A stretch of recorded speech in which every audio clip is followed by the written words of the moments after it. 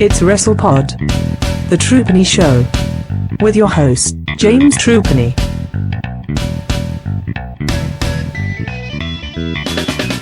Hello and welcome to the Truepenny Show. My name is James Truepenny and this is my show.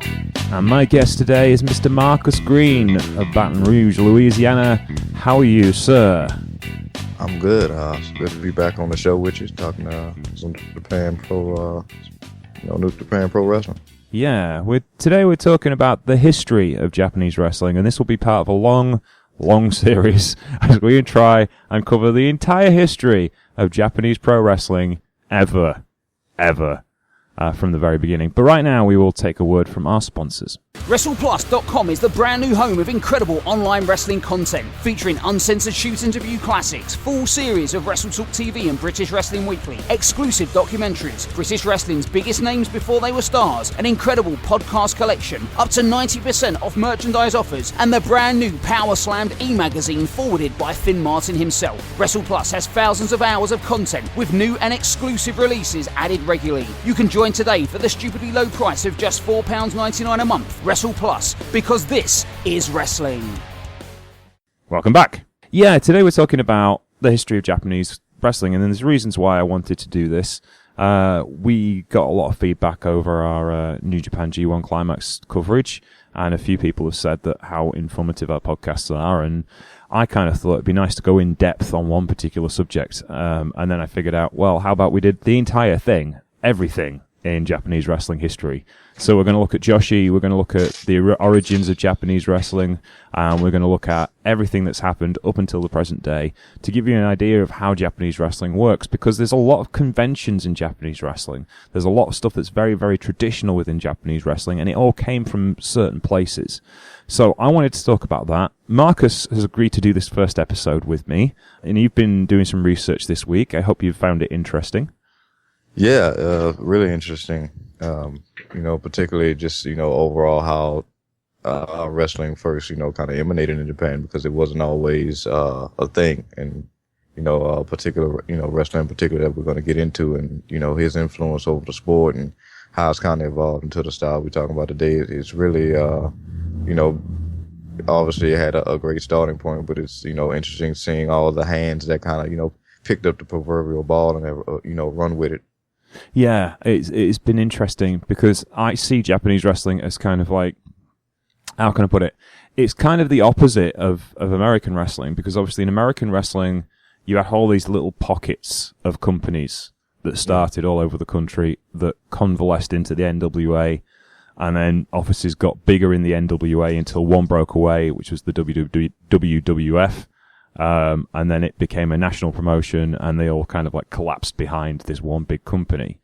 Whereas in Japan, you start with one big company until you get to the point today where if you consider a major promotion as a promotion that can fill a 5,000 seater building, well, you've got maybe 7 or 8 companies that could do that. This is the fascinating part for me, and it's the nature of the way of pro wrestling has worked in Japan. So yeah, I think it's a fascinating story. So hopefully you will find it interesting, and you will find little threads that you can pull out from modern day wrestling. So we'll start at the beginning, okay? And we're talking about Japan just after the Second World War. Now, we talk in Europe a lot about how Germany won the peace in the rebuilding of the rebuilding of Germany through the Marshall Plan. And much the same thing happened in Japan. They became a heavily industrialized nation. But there was certain issues with the national psyche of Japan. And, this was a country that was in defeat. And that's important to remember. From a practical point of view, firstly, there was a heavy occupation of United States troops in Japan for a very long period of time after the Second World War. And if you know anything about history, you have to keep young men who have lots of free time on their hands and lots of cash fairly occupied to keep them fit and their mind on the job. And a lot of that fell down to the organization called the USO. Marcus, could you explain what the USO is and what it does? Yeah, basically, the USO is a non-profit organization, that basically serves to, keeping,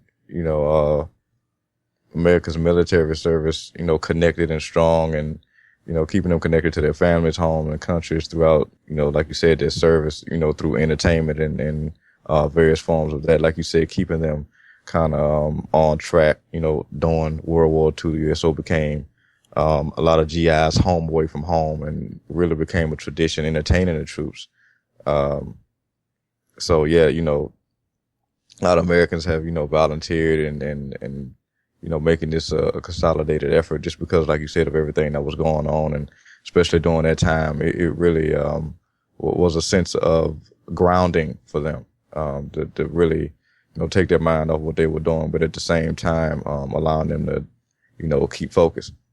Yeah. And, you still had the draft in the US Army, so you had a lot of these people were taken from Civvy Street and placed on the other side of the world and told to look after Japan. And anything that could bring them back to home for a while would be good for them. So the USO did organize a lot of entertainment that was more traditional in the sense of vaudeville and comedy and music. But one of the things they found was a hit was obviously because the draft took a percentage of the population, there was always a couple of pro wrestlers in several units in Japan. They started to put on shows for their own entertainment, for the own entertainment of their colleagues. And as they've actually found to be quite popular amongst American soldiers, seamen, and airmen, so they started bringing in people from North America. And very famously, Mildred Burke was one of the people that was brought in from North America for an American show. But these shows weren't just open to American soldiers, they were open to the Japanese public as well. And that's what started the burgeoning interest in pro wrestling in the late 1940s.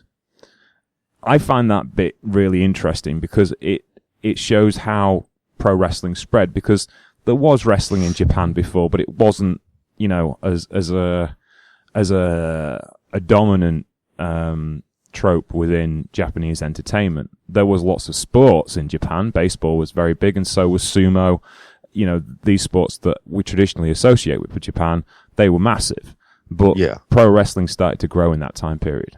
Yeah, I think we can perhaps even trace it, back before that time. I'm thinking what it was 1887 that a guy by the name of Hamada attempted to bring pro wrestling to Japan. I think along with like 20 American wrestlers, and like you said, it was got off to a decent start, but sadly it really didn't go too far. Like you said, pre World War II, it was it just didn't really have a spark. But I think everything that had transpired, throughout that part of history and afterwards, it really created a necessity for that niche that it eventually carved out.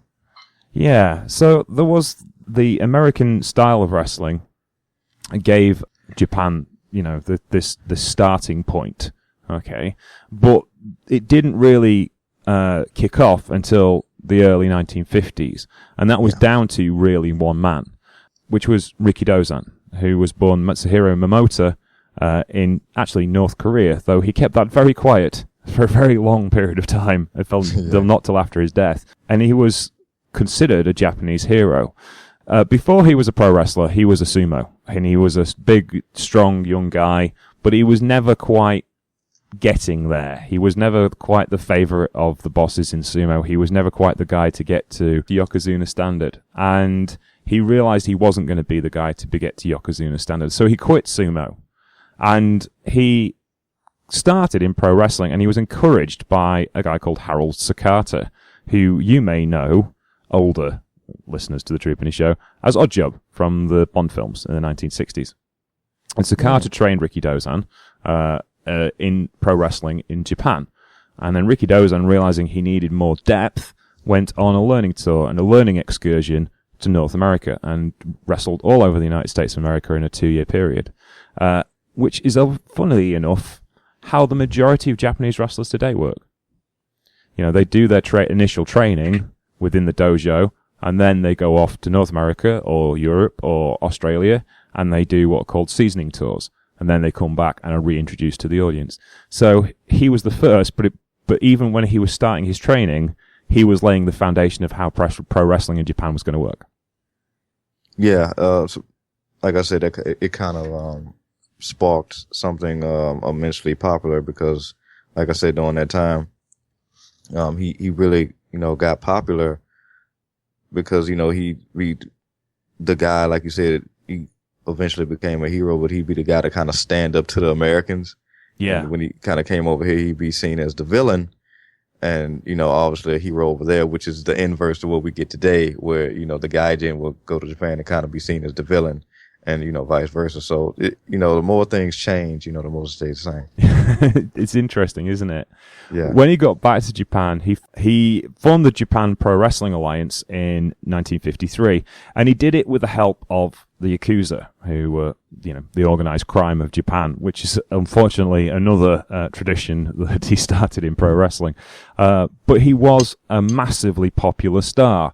He traded on his sumo alliances and his sumo popularity, and as Marcus said, he booked a lot of American wrestlers to come in to really play the Japanese hero, and that's how he sold it to his business partners. This wasn't about wrestling, it wasn't about sport, it was about giving a national identity to the Japanese people that had been missing it since the beginning of the Second World War, or since the end of the Second World War.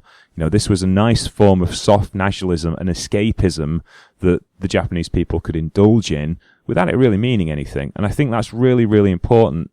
The gaijin element of pro wrestling in Japan was really founded in these years. And some of the big matches that he had in Japan in that particular era, certainly in the early 1950s, were with the Sharp brothers. Now, again, older fans might remember perennial WWE loser Iron Mike Sharp, but his father and his uncle, the Sharp brothers, I think that was Ben and Mike Sr., they were massive stars in Japan. And Rikidozan and Masahiko Kimura, who were the two biggest stars in Japan, faced them in tag matches all over the country.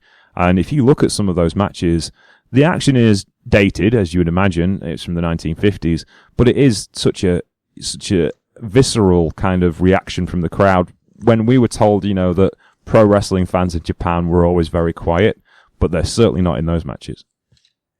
No, it wasn't. And like you said, it's kind of early stages of what we're going to, get into later about the overall Japanese style, but at the same time, it still, has a, very grainy kind of visceral feel to it. Yeah. To get to the matches, even though it was, obviously paced, it still had that, very, legitness to it even then. Yeah, definitely. It's very hard hitting. It's very much in kind of like a more standard North American style match. In fact, I would hazard to say anyone who's seen the Big Daddy matches of the 1980s, it's very similar to that. Kimura, who's the lesser star, starts off with the Sharp brothers, gets beaten pillar to post in the first fall, and then in the second fall, Rikidozan makes the big comeback for his team and takes a fall against one of the Sharp brothers. I can't remember which one. Mike Sharp. He takes the fall against Mike Sharp, and they go into the final four as final fall, all even.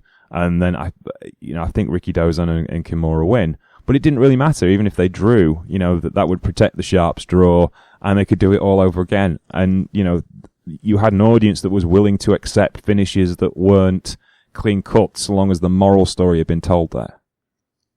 Yeah, and just talking about Ricky again, like you said, he was, basically considered a Japanese hero, and an argument can be made that he kind of did, for the sport, kind of like what Hulk Hogan did over here.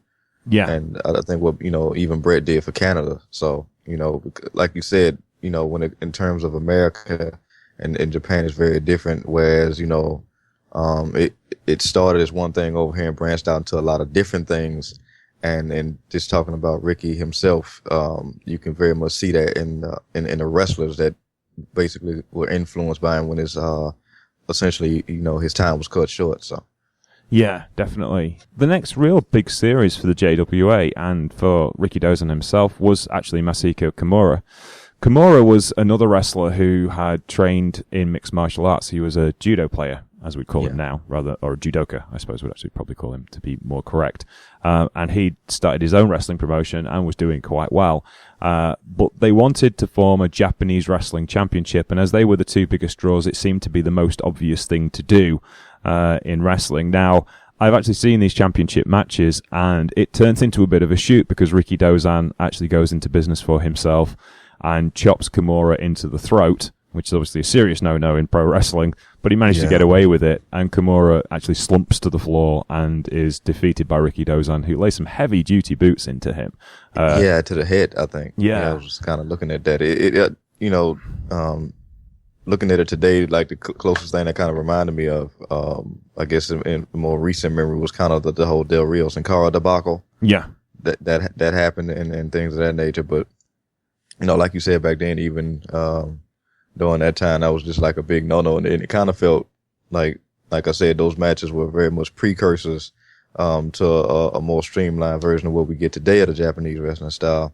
But even then, when it started happening, it was very awkward.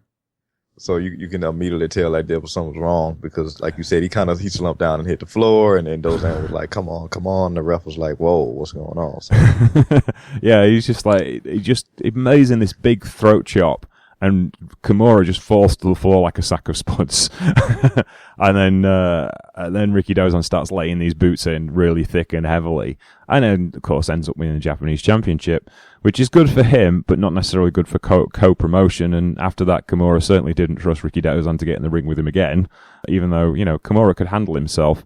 Inventor of the Kimura lock, a popularizer of the Kimura lock, what was called the double wrist lock back in the day, a genuine shoot fighter as well. He was a genuinely hard man, and the fact that Rikidozan caught him unawares is probably, a bit of a legacy to the Rikidozan story that, to give it fair, we have to be fair to give it both sides. Was Kimura cheated?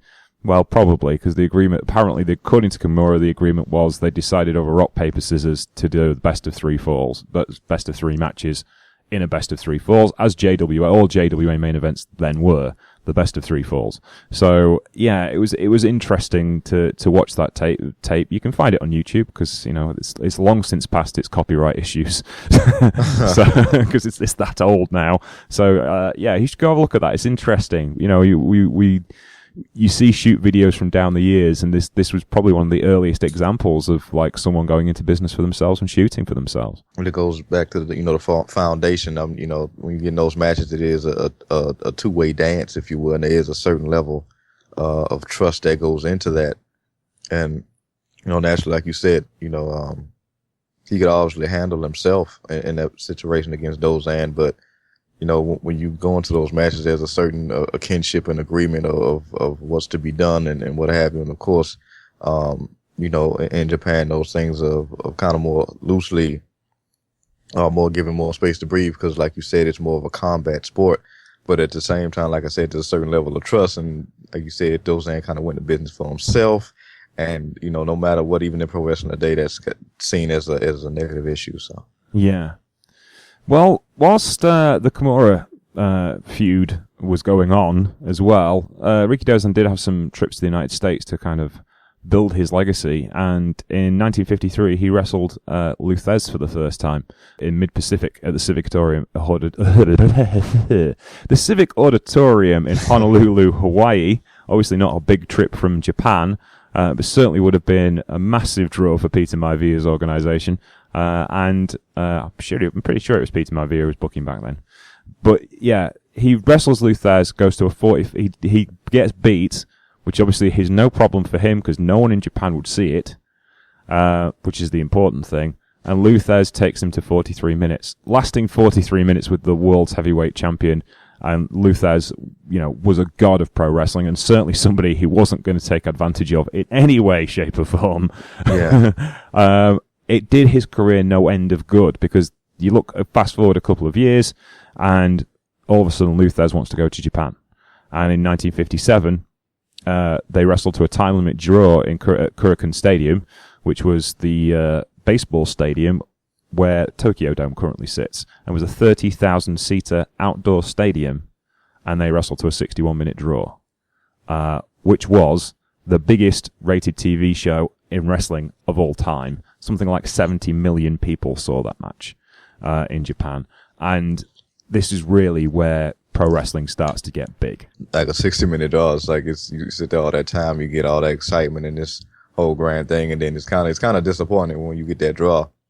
Yeah, obviously, really disappointing because a lot of times I think we'll get off into this later when we talk about the overall style itself.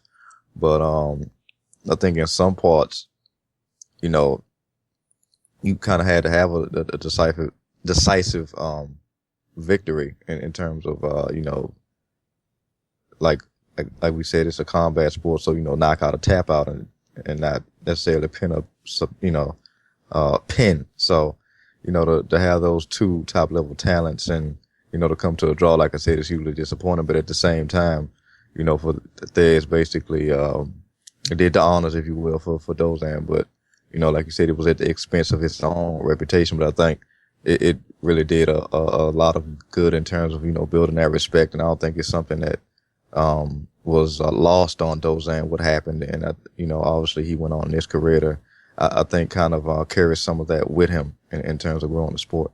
Just to give you an idea, in the space of what that particular tour was like for JWA, between the 7th of October 1957 and the 21st of October 1957, so that's 14 days, they wrestled each other 7 times in 14 days with 5 hour long time limit draws, which is just insane. Yeah, it really is. Lou Thesz did win the series over that tour because he had 2-1 pinfall victories in Hiroshima and Kobe. But, you know, this was just what wrestling was like at the time. But again, it set the precedent for pro wrestling in Japan. The Japanese companies didn't do continuous touring like the WWE does today. They did 2 or 3 weeks on the road. They put big matches in the right places, and you know, that was how it all worked out.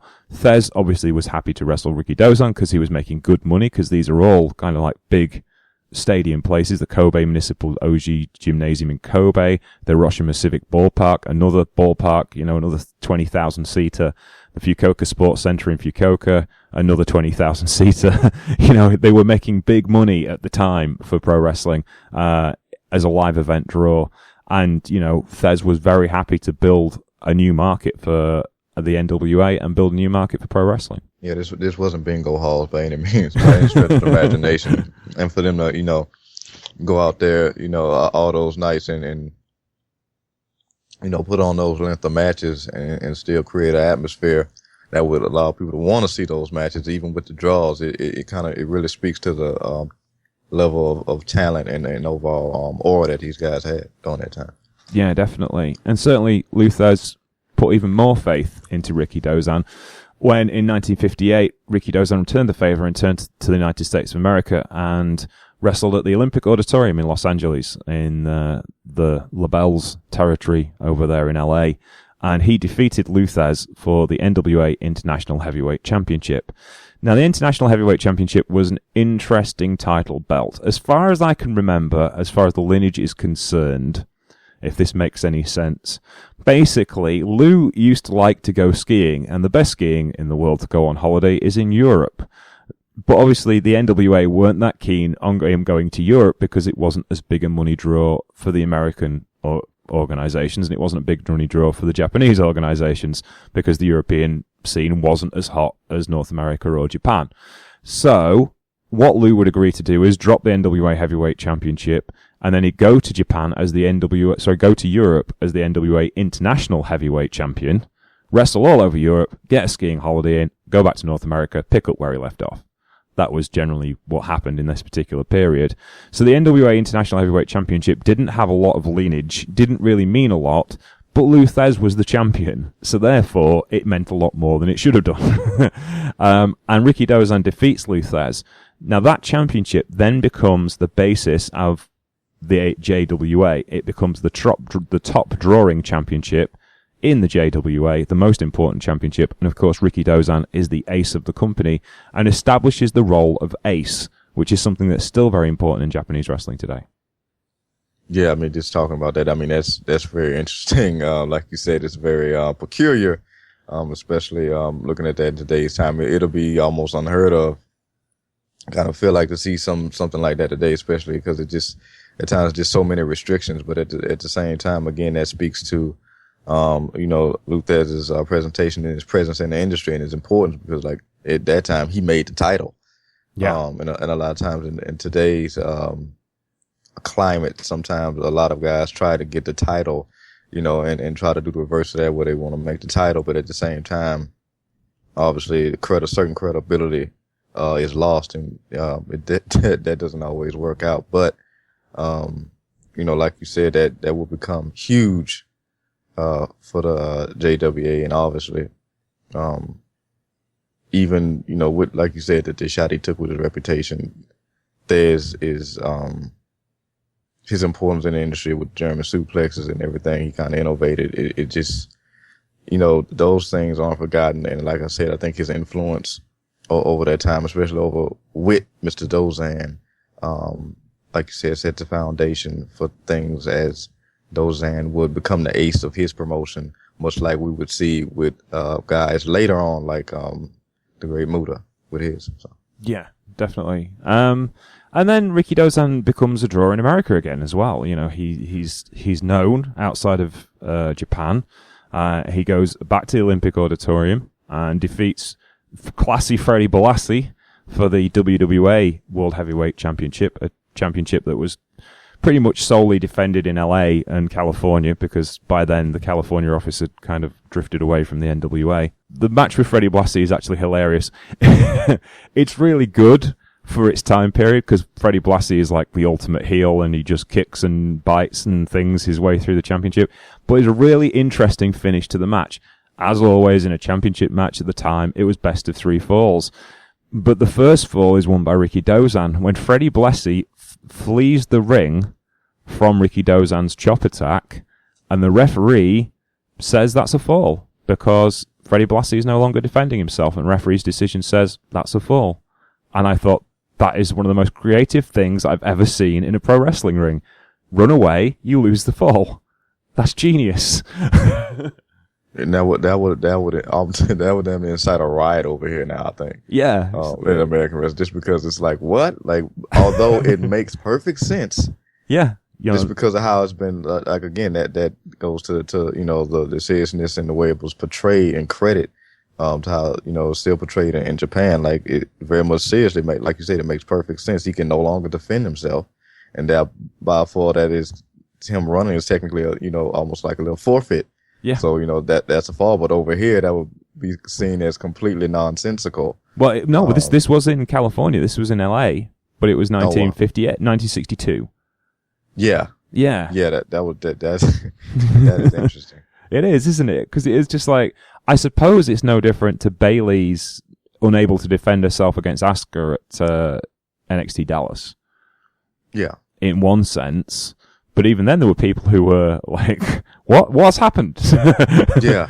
And it's like this, and it was really strange, this championship match. It was also a curfew. It was TV time remaining, which is unusual for a championship match at the time. So the match went to the time limit, and there was only 1 fall, so Rikidozan wins the championship without pinning or submitting Freddie Blassie. Wow.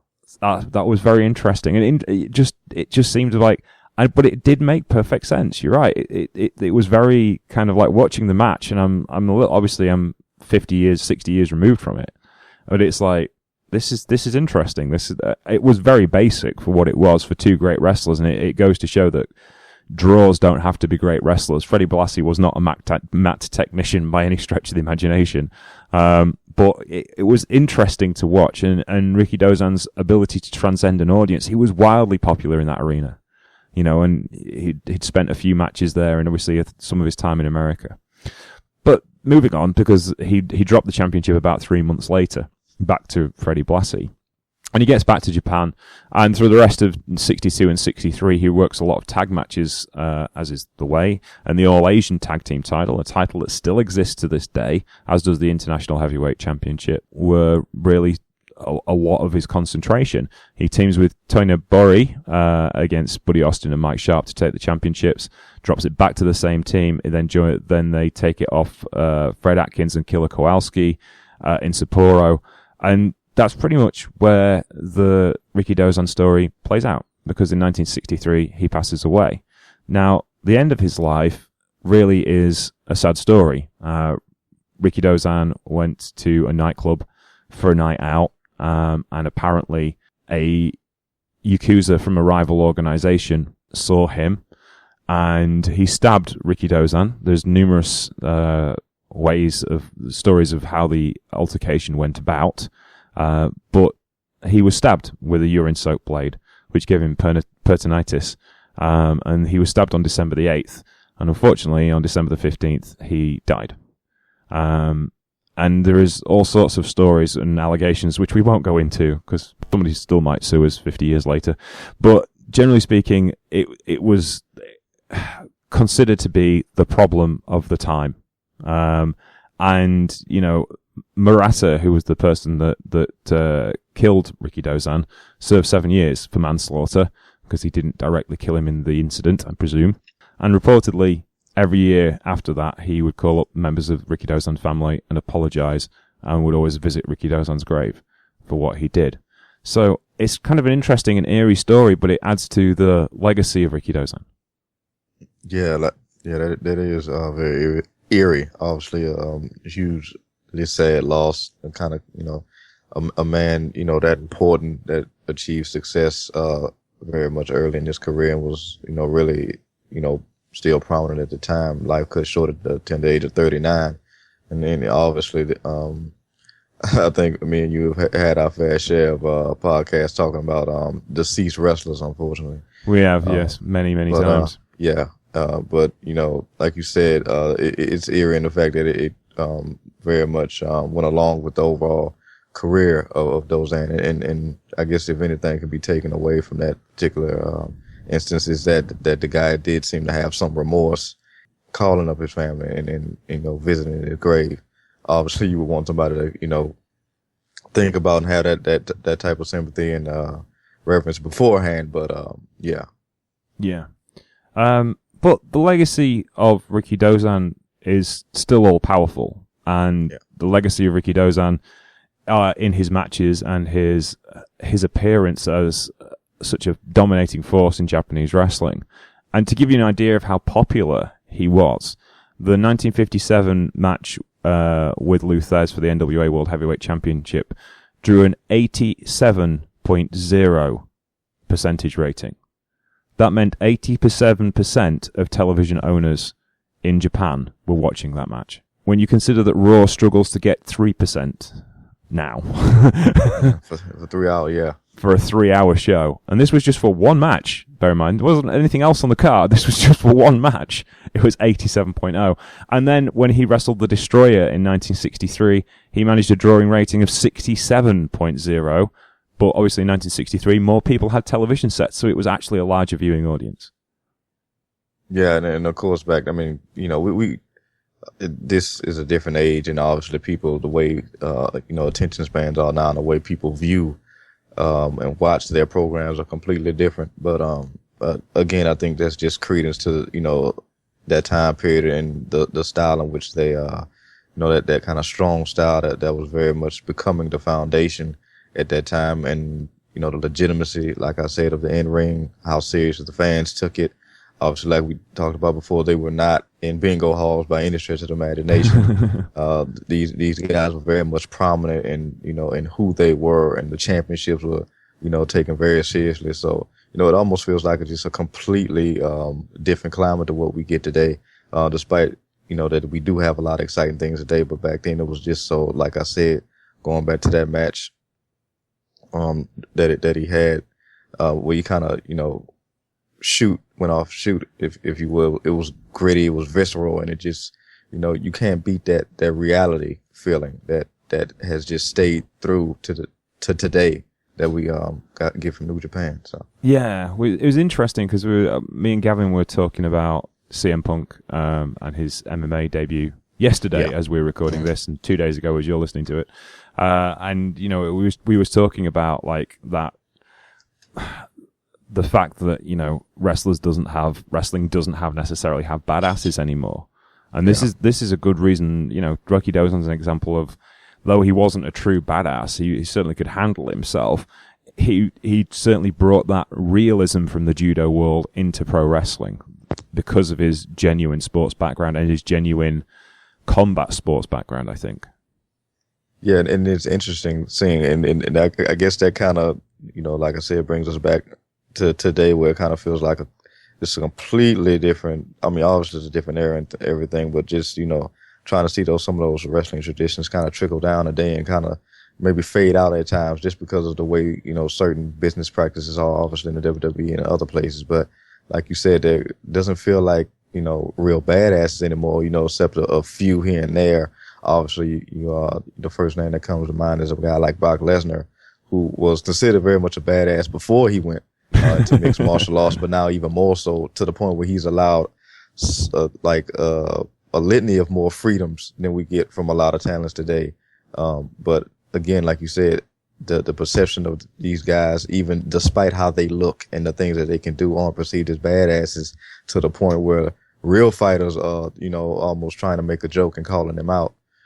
Which is interesting, because I don't necessarily know if we'll ever really get those particular standoffs with guys coming into the WWE and whatnot, for just one-offs like we got with Floyd and Big Show, Floyd Mayweather obviously and Big Show. But yeah, it's just I guess it's where it is now.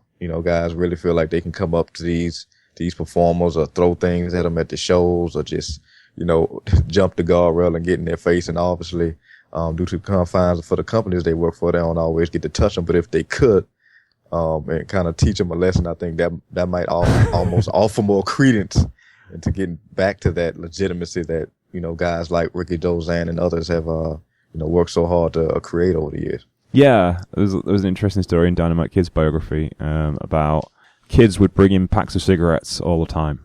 And someone come up to go like, Dynamite son, I am Lucky Strike boy, here are Lucky Strike cigarettes. And then Dynamite say, thank you, and slap him in the face. and the guy would bow and go away. And that was because Dynamite was the Gaijin, and he understood his role, and his role was to beat the hell out of people. Him and Davey beat up a kid in the audience on the way to the ring one night, and did go to prison for it, but the promoters were exceptionally happy with him, because that's what they were supposed to do. But, yeah, it was interesting, certainly seeing those old matches that I've been watching this week of Rikidozan and his performances, and there was a sense of reality about him. And he wrestled very much like a sumo. He's very much about hand strikes and very much about ever go forward kind of style. And this was the basis of what pro wrestling styles we see today in Japan. This is how it got started. And of course, even after Rikidozan's death, there was still 10 years left of the Japan Pro Wrestling Alliance to go before we get to New Japan and All Japan, which we will probably be talking about soon.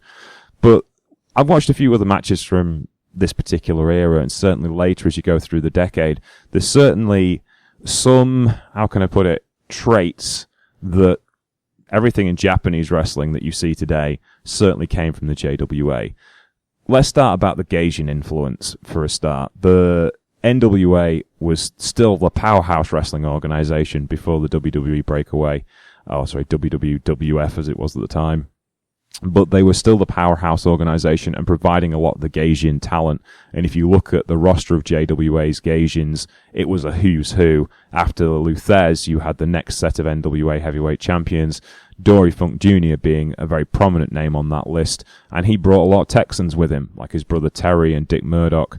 There was a lot of interesting names in that era that were wrestling in Japan because the money was so good and because the competition was so good as well. Yeah, you guys like, I think, Dory Funk, Terry Funk, guys like Harley Race, who wrestled a different style. I think King's Road is what they called it. Yeah, well, we haven't got to King's Road just yet. But the birth of King's Road kind of starts happening now. Yeah, obviously they wrestled a different style, but I think it was that contrast, kind of piggybacking off that, what Rikidozan capitalized off of with that, the Japanese hero versus the American villain, and, kind of seeing those, those matches and that, that contrast, and really brought the excitement for Japanese fans at the time. And like you said, the who's who of guys like Dory Funk, Terry and others who was very much, like I said, villains when they, wrestled in Japan, but at the same time were very much respected as, the sport is overall in Japan more so than I think a lot of other places. So, I just think that continued the overall perception of, bringing in gaijins, and elevated it to where it is today, which obviously we almost hit a tipping point coming out of G1. So, I just think that, just continued to build a bridge that we've gotten to today. I find it interesting. There's like, I watched a match with, Dory Funk and Dick Murdoch and it's Dick Murdoch, Texas Redneck, Captain Redneck Dick Murdoch, and Dory Funk Jr., who at the time we were being told by Gordon Soley had ice water running through his veins. And they get in the ring and they're very nice and polite and they nod and shake hands with everybody and the referee and then presume to have a scientific wrestling match. And it's like, what? It's like, you're the two of the baddest bad guys in the world and you're going to have a nice, pleasant little wrestling match with these Japanese fellows.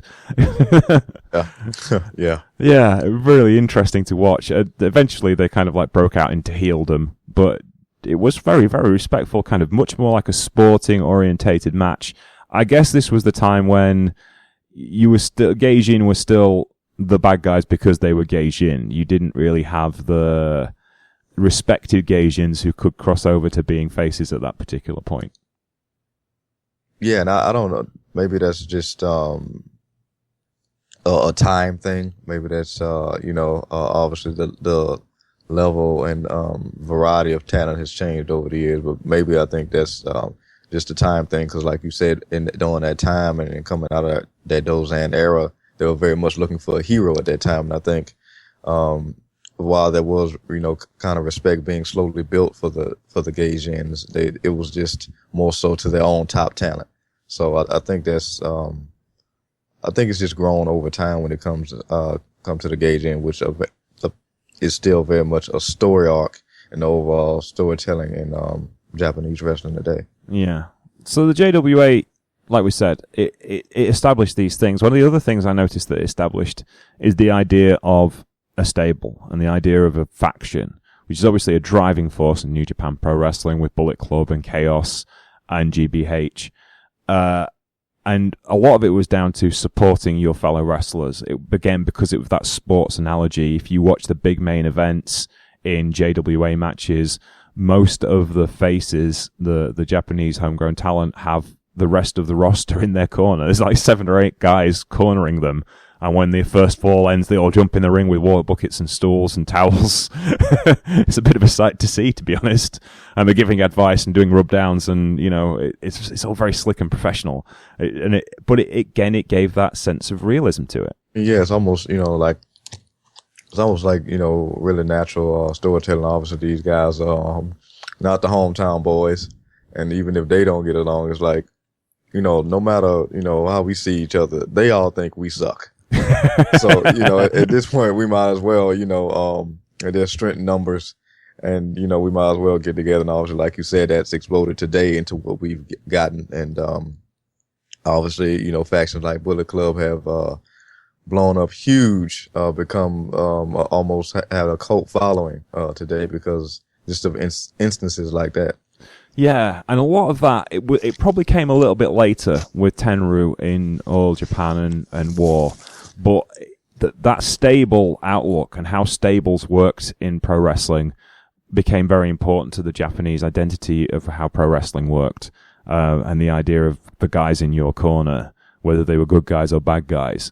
It became a set of philosophy, the great factions in Japanese wrestling like Burning in All Japan Pro Wrestling in the 90s with Misawa and Kobashi and Akiyama. There was a really intense kind of experience as a faction. They were really important to the identity of the company, and it came from Sumo because Rikidozan was a sumo, and that sense of collective thought process, which is obviously another Japanese trait, is a collectivist society. I was watching some of the film of the Thez matches, and one of the promos of the Thez matches, and it shows them actually digging the foundations for the dojo. for the JWA dojo that they hope to put together. And it was the wrestlers themselves were digging the foundations. And you see a young Giant Baba and a young Antonio Inoki with picks and shovels digging holes to build foundations for the dojo. It was a very collectivist idea of how pro wrestling should work. Obviously, when those, two people step into a ring, it's very much a dance. You can't, it just isn't a one-sided thing. But overall, I think why, Japan has thrived for so long, especially looking at New Japan today, is because, like you said, that collective thought process, doing this, slowly building to this, making this seem important, holding this person back for right now, elevating them somewhere like in a grand tournament like the G1.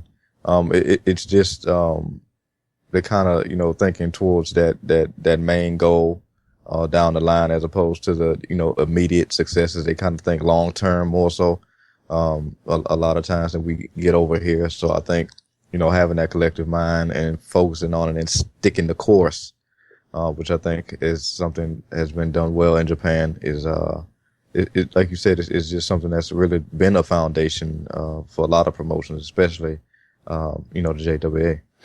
Yeah, and speaking of foundations of Japanese wrestling, perhaps the biggest influence JWA had that we still feel today, and certainly me, you, and Chelsea, and Alex felt this summer, was the idea of an annual tournament. And that really began in the JWA. So, the G1 Climax and the G1 Climax tournament and the big tournaments, Noah and All Japan, the Pro Wrestling Carnival tournaments and the Grand Honor Championship tournaments, are descendant from the JWA tournament, which was called World Big League. And the World Big League started in 1959 and was won by Rikidozan, unsurprisingly, for the first 5 years. But you look at the people he's wrestling with: Mr. X, Leo Nemellini, Killer Kowalski, Luthez loses in the final one year.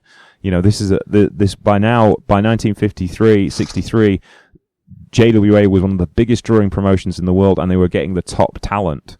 After Rikidozan passed away, Tonobori wins the championship twice. He defeats Gene Kiniski and Freddie Blassie. You're getting big names from North America.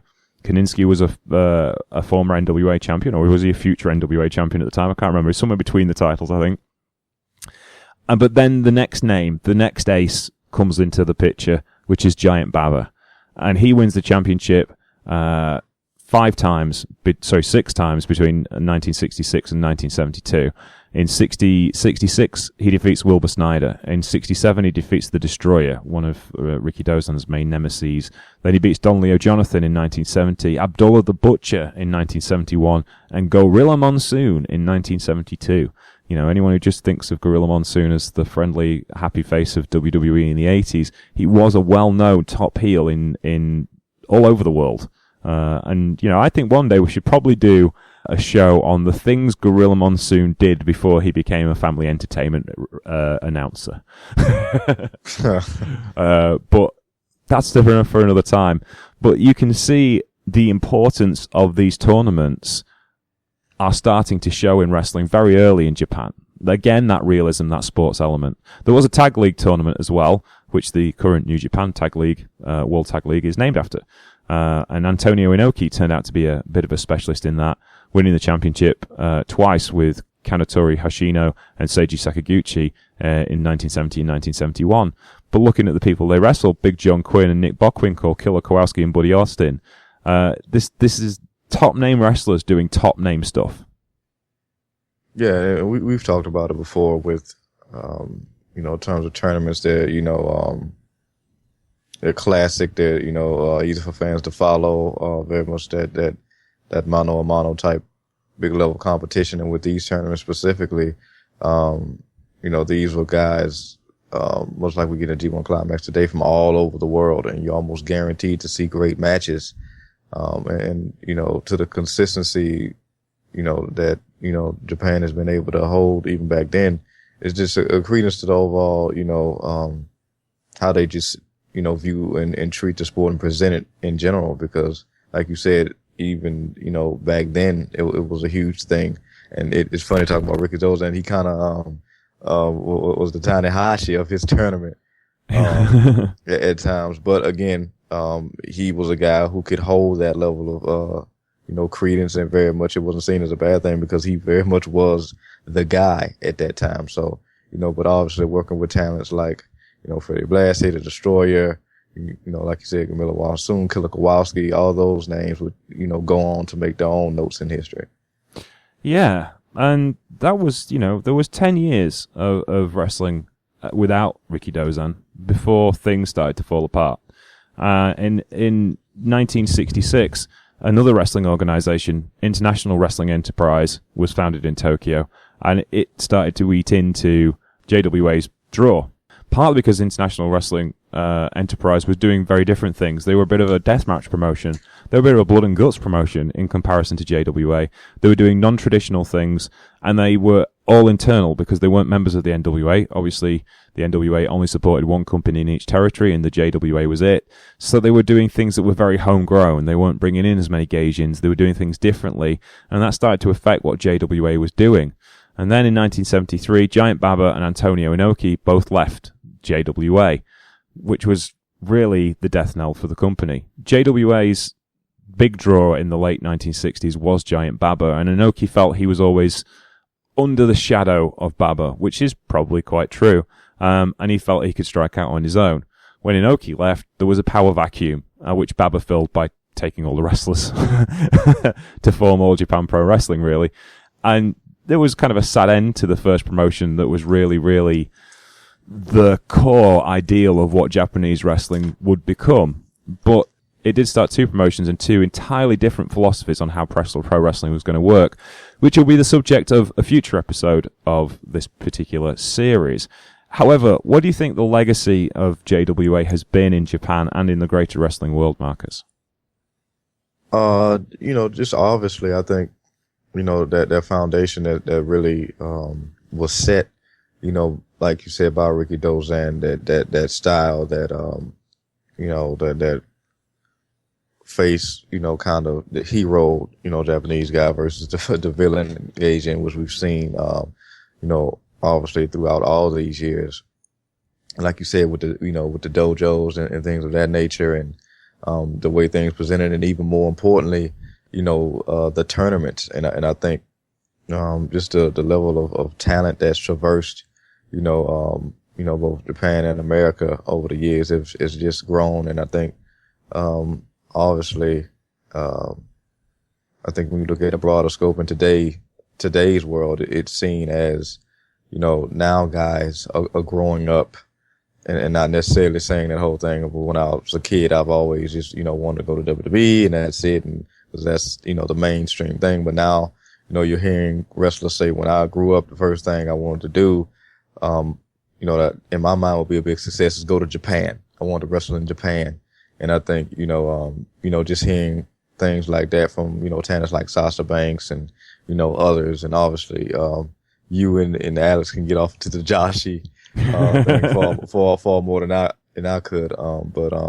Yeah, I just think just the overall, ingratiating the perspective of, Japan pro wrestling and that whole, legit style and, what it could mean for wrestlers coming over and interacting with these homegrown talents, and obviously those talents traversing, these waters. And basically just what it can do for the business overall, I think is just, continued to grow. And I think it's been something fantastic for the sport. And it shines, through the day than none other better than, New Japan, which is really one great thing that came out of, like you just said, the downfall of JWA because of, Inoki feeling like he was in Baba's shadow, which is quite believable because of how tiring the man was. So yeah, I think overall it really just built the foundation, for what we have today. And it's been, really great to talk about, Rikidozan and again, the foundation that he set because, someone had to do it. And I think, the bravery, the consistent mindset that he kept not only as a professional wrestler, but as a businessman, like you said, which can't be, slighted at all because it takes, especially in today's society, you can't be no dummy, in today's, climate because there are just so many different facets that you have to have as a performer overall. So yeah, I just think, it's, really, like I said, in terms of the tournaments, in terms of legitimacy of the sport that's carried through the day, and the fans just respecting it overall is what its legacy. When you look at the JWA, there is so much that set up what was going on in Japanese wrestling for the next, 60 years, and is still going on today. But the key things that we can take from today's episode are the idea of a company ace, the idea of annual tournaments to establish the flow of your stories for the year, the use of Gaijin as the always reliable bad guy, the use of factions to set apart certain wrestlers and to build alliances and to give an idea of story impetus, and also the idea of sporting presentation to make wrestling believable.